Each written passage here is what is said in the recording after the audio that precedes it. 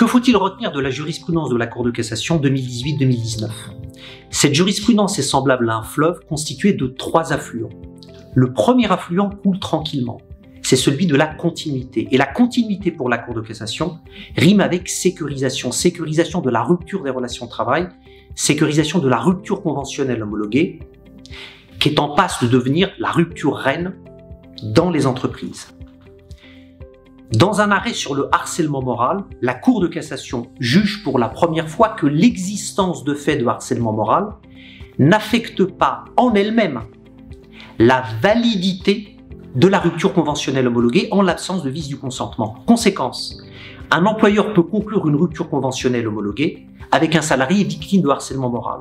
Cet arrêt s'inscrit dans la lignée de la jurisprudence antérieure de la Cour de cassation qui vise à sécuriser la rupture conventionnelle homologuée, autrement dit à limiter les cas dans lesquels cette rupture conventionnelle homologuée peut être annulée et de surcroît à limiter également les effets de cette annulation aux mains pour l'employeur. Deuxième affluent, beaucoup plus turbulent celui-là, c'est celui de la rupture. Et la rupture, c'est le revirement de jurisprudence. L'arrêt typique, c'est l'arrêt amiante sur la réparation du préjudice d'anxiété. Le préjudice d'anxiété, c'est un préjudice dont souffrent les salariés qui ont été exposés à l'amiante et qui craignent de développer une pathologie grave, le cancer, et d'en mourir. La Cour de cassation, jusqu'alors, réservait cette réparation du préjudice d'anxiété aux seuls salariés éligibles à la pré-retraite amiante, la CATA. Autrement dit, aux salariés qui avaient travaillé dans des établissements figurant sur un arrêté ministériel. La Cour de cassation, dans cet arrêt amiante, opère un revirement et décide d'ouvrir l'indemnisation à d'autres salariés, à ceux qui n'ont pas travaillé dans ces établissements, pour autant que les salariés en cause puissent démontrer qu'ils ont été exposés à l'amiante, qu'ils ont subi un préjudice, et que l'employeur ne puisse pas s'exonérer de sa responsabilité en démontrant que, conformément à son obligation de sécurité, il a tout fait pour éviter que les salariés ne soient exposés à l'amiante et ne développent un préjudice d'anxiété. Troisième affluent, celui-là coule pour la première fois, c'est la nouveauté. Et la nouveauté, eh bien, ce sont les ordonnances Macron du 22 septembre 2017, avec la mesure phare de ces ordonnances, le barème Macron.